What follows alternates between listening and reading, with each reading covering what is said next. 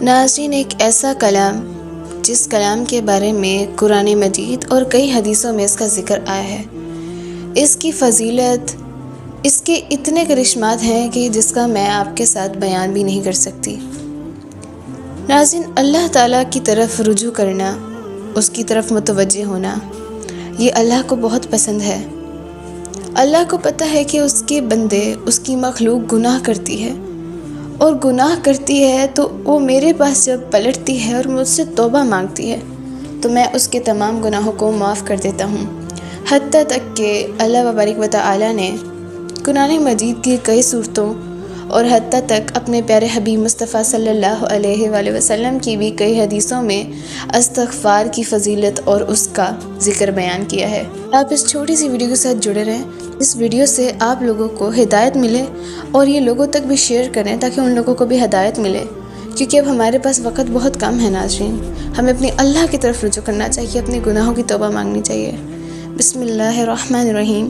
اللہم صلی علی سیدنا محمد وعلی آل محمد کما صلیت علی ابراہیم وعلی آل ابراہیم انک حمید مجید۔ استغفار یعنی اللہ تبارک و تعالیٰ سے اپنے گناہوں کی معافی مانگنا، اس کی طرف پلٹنا، اپنی غلطیوں پر شرمندہ ہونا۔ یہ لفظ صرف استغفار ہی نہیں، اس استغفار کے اندر ایک ایسی فضیلت ہے جس کے معنی ہے کہ اے اللہ، میں تجھ سے اپنے گناہوں کی بخشش مانگتا ہوں، میں تجھ سے اپنے گناہوں کی توبہ مانگتا ہوں اور تجھ سے اپنی بخشش طلب کرتا ہوں۔ ناظرین، جب اللہ تبارک و تعالیٰ کی طرف کوئی شخص رجوع کرتا ہے اور اللہ سے اپنے گناہوں کی معافی مانگتا ہے تو اللہ تبارک و تعالیٰ فرماتے ہیں تو سچے دل سے مجھ سے معافی مانگ، میں تیرے تمام گناہوں کو ایک بار معاف کر دوں گا۔ ایک چھوٹا سا واقعہ کہ حضرت نوح علیہ السلام نے اپنی قوم سے فرمایا، اپنے رب سے استغفار کیا کرو، وہ بہت بخشنے والا ہے، وہ تمہارے لیے تمہاری خواہشات پوری کرے گا، تمہیں اولاد عطا کرے گا، تمہیں اتنی دولت دے گا، تمہیں زمینیں دے گا، تمہیں باغ دے گا، تم اپنے اللہ کی طرف توبہ استغفار سے رجوع کرو۔ حضرت نوح علیہ السلام نے یہ اپنی قوم سے فرمایا۔ سورہ نوح آیت نمبر 10 میں یہ ذکر ہے، یعنی کہ استغفار کی فضیلت یہ ہے کہ جس انسان کو اولاد نہیں وہ اللہ تبارک و تعالیٰ کی طرف استغفار کی تسبیح سے رجوع کرے، اپنے گناہوں کی توبہ مانگے، اللہ اسے اولاد عطا کرے گا۔ جس کے پاس رزق نہیں اسے رزق دے گا، جس کے پاس پیسہ نہیں اسے پیسہ دے گا، جس کے بہت گناہ ہیں اور وہ اپنے گناہوں پر شرمندہ ہے وہ استغفار کثرت سے پڑھے، اللہ اس کے تمام گناہ معاف کر دے گا، اس کے لیے ہر راستہ کھول دے گا۔ نبی صلی اللہ علیہ وآلہ وسلم کی حدیث مبارکہ میں آیا کہ آپ صلی اللہ علیہ وآلہ وسلم نے فرمایا کہ میں دن میں 70 مرتبہ اللہ تبارک و تعالیٰ سے استغفار کرتا ہوں۔ کئی روایت میں یہ آیا کہ 100 مرتبہ استغفار کرتا ہوں۔ انہوں نے اپنی امت کو سکھانے کے لیے کیا کہ استغفار ہی اصل عبادت ہے۔ نبی صلی اللہ علیہ وآلہ وسلم نے اپنی ایک اور حدیث مبارکہ میں ارشاد فرمایا کہ جو شخص کثرت سے استغفار کو پکڑ لیتا ہے اللہ تبارک و تعالیٰ اس شخص کے راستے آسان کر دیتا ہے، ایسی جگہ سے رزق عطا کرتا ہے جہاں سے اس کو گمان نہیں ہوتا، اس کے لیے کوئی تنگ جگہ ہے تو اس تنگ جگہ کو کھول دیتا ہے، اس کے لیے آسانی پیدا کر دیتا ہے، بے اولاد کو اولاد دیتا ہے۔ جس شخص نے استغفار کو لازم پکڑ لیا اللہ تبارک و تعالیٰ اس کے تمام گناہوں کو معاف کر دیتا ہے،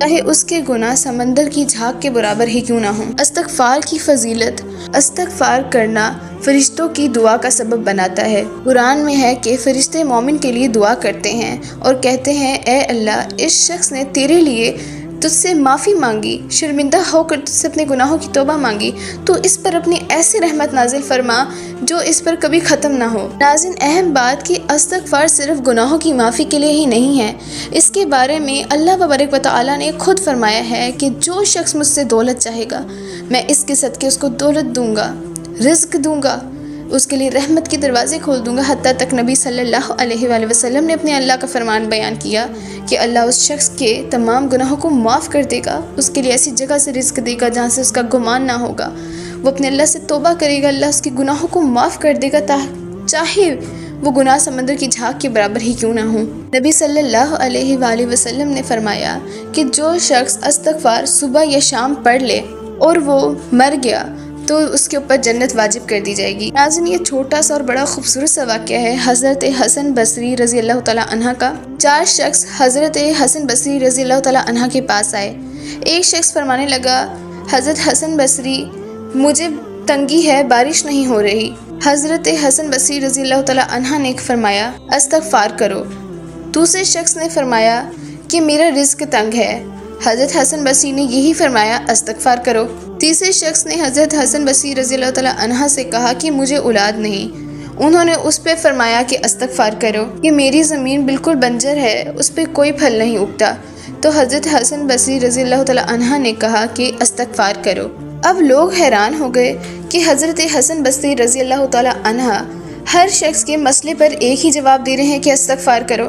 لوگوں نے حضرت حسن بصری رضی اللہ تعالیٰ عنہ سے فرمایا حضرت حسن بصری رضی اللہ تعالیٰ عنہ آپ ہر مسئلے پر ایک ہی جواب دے رہے ہیں کہ استغفار کرو، آخر اس کا کیا مطلب ہے؟ انہوں نے ان لوگوں کی اس بات پہ فرمایا کہ میں نے قرآن میں سیکھا ہے کہ سورہ نوح کی آیت میں کہ ہر مسئلے کا حل استغفار ہے، تو کثرت سے استغفار کرو کیونکہ استغفار کرنے سے اللہ ہر مسئلہ آسان کر دیتا ہے۔ ناظرین یاد رکھیں کہ استغفار صرف ایک لفظ نہیں ہے کہ استغفار کی جائے، یہ ایک ایسا ایمان ہے کہ جو انسان کو اللہ کی طرف پلٹاتا ہے، انسان کا رجوع اللہ کی طرف ہوتا ہے، وہ اپنے گناہوں کی توبہ مانگتا ہے اللہ سے، اے اللہ مجھے معاف فرما، میرے گناہوں کو معاف فرما، جس کی بدولت اللہ اس کے رزق میں اضافہ کرتا ہے، اس کی اولاد میں، اس کے ہر مسئلے میں آسانی پیدا کرتا ہے۔ اس لیے ہمیں بھی چاہیے کہ ہم اپنے اللہ سے دن رات توبہ کریں اور اس کی طرف رجوع کریں اور اللہ ہمارے تمام گناہوں کو معاف کر دے۔